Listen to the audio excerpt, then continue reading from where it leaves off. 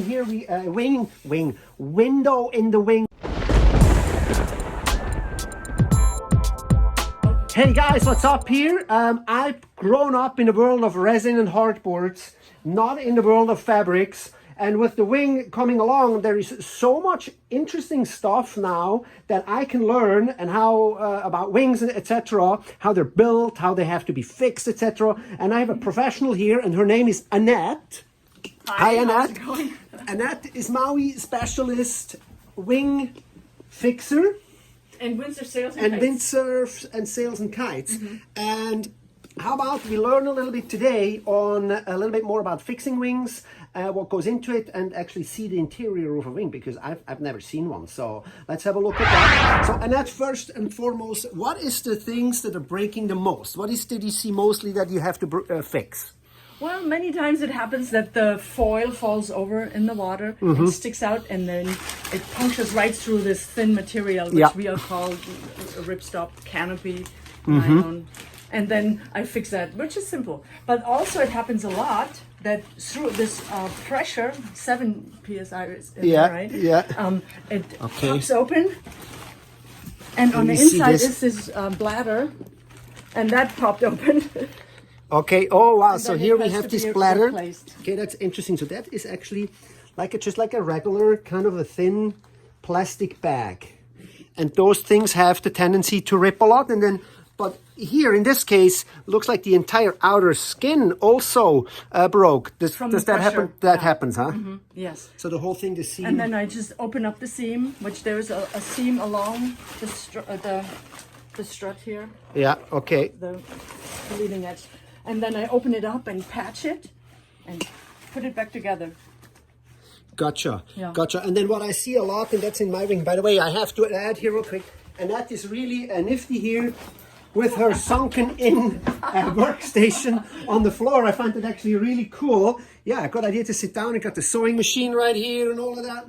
So we always see these tubes that connect the leading edge strut to the center strut, and then why is that? Well, what's that? Is that a safety thing, or why do they do that? I think it's only for convenience, because otherwise you have to you pump up the leading edge, and then you have to take it out and put it in the next valve. Put it in the next. Here, the air transports directly into the strut, so you only have to pump once. Right? And then you can cut this off, so this therefore is for safety. Yeah. For safety. So this is, and then what I noticed, like they have those little zippers here. We can see that here. That's where the bladder comes out, and then we learned that the bladder comes out at the end. You want to show us that real quick, because this is something on the strut, I did not know. Zipper. Most of the time they don't have a zipper, but there is an opening at the end attached with a Velcro.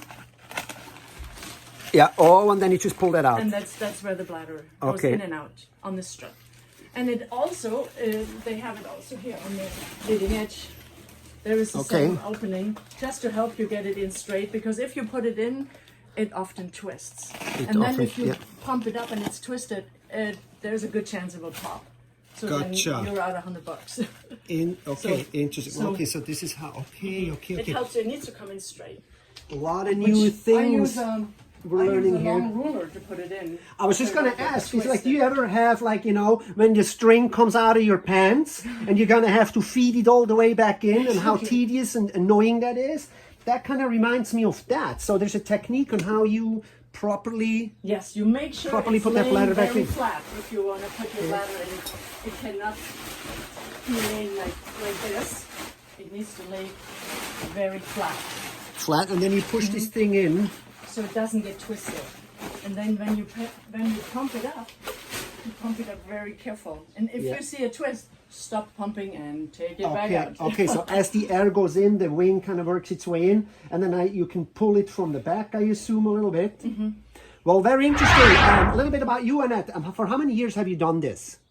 It's about 25 years by now, yeah. So ready to retire. Ready to retire. So 25 years you've been fixing wings, and we hear more kites and sails. Because wings are just since 2 or 3 years now. Do you find the wing particularly more difficult than kites? It's about the same than the kites. Same than the kites. Windsurf sail is a whole different story, because they're stiff and very hard. I have thick machines for that. So let me ask you this, in the development of kites, I'm pretty sure you've seen the early stages of kite surfing and how kites progressed within their construction.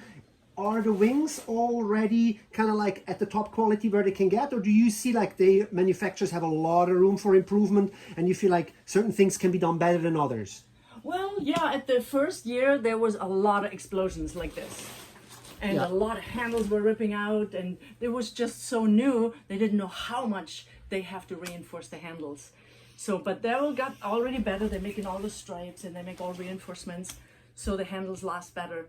And I'm sure there will be lots of performance improvements coming in the next few years. Yeah, and we had, interestingly, we've talked, if you've seen the video with Damien, we talked about wing or no wing, and here we, window in the wing or no window, pardon me, and here we have one with the window. Is there something that you have particular opinion on wing with windows? Like we see they all come with seam lines, it's kind of a thicker material here. What's your thoughts? The PVC.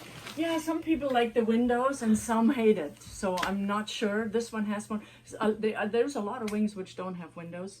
But I mean, how you know when you foil and you want to do a jibe, you're going to lift it up real quick. Yeah, I know. Sure you're not going to run anybody over. I almost took somebody out the other day in Kanaha, and I wish I had a window for sure. Well, very cool. Let's talk about you real quick just to find out. So Annette's been doing this for 25 years. And I sense a little accent there. Just like mine, maybe? Yes, I'm from Germany, original. So, für unsere deutschen Zuschauer hier, wo wir einige haben, Annette aus Deutschland, Expat, dich hat's nach Maui verschlagen. Durchs Windsurfen. Durchs Windsurfen, natürlich. Und dann war ich früher noch am Hanggliden, also am Drachenfliegen. Oh, nice. Hanggliding, windsurfing. Super. From Germany to Maui. This seems to be a case that I keep running into quite a bit, and hence from Switzerland to Maui. So one last thing I need, we're going to look at this real quick. How is actually those valves connected with the bladder? And this is something that I didn't know, because the valve actually is a part of the bladder. And we can see that here, or here, and here. And then that is getting pushed through here. See? So, and there as well. Whoops.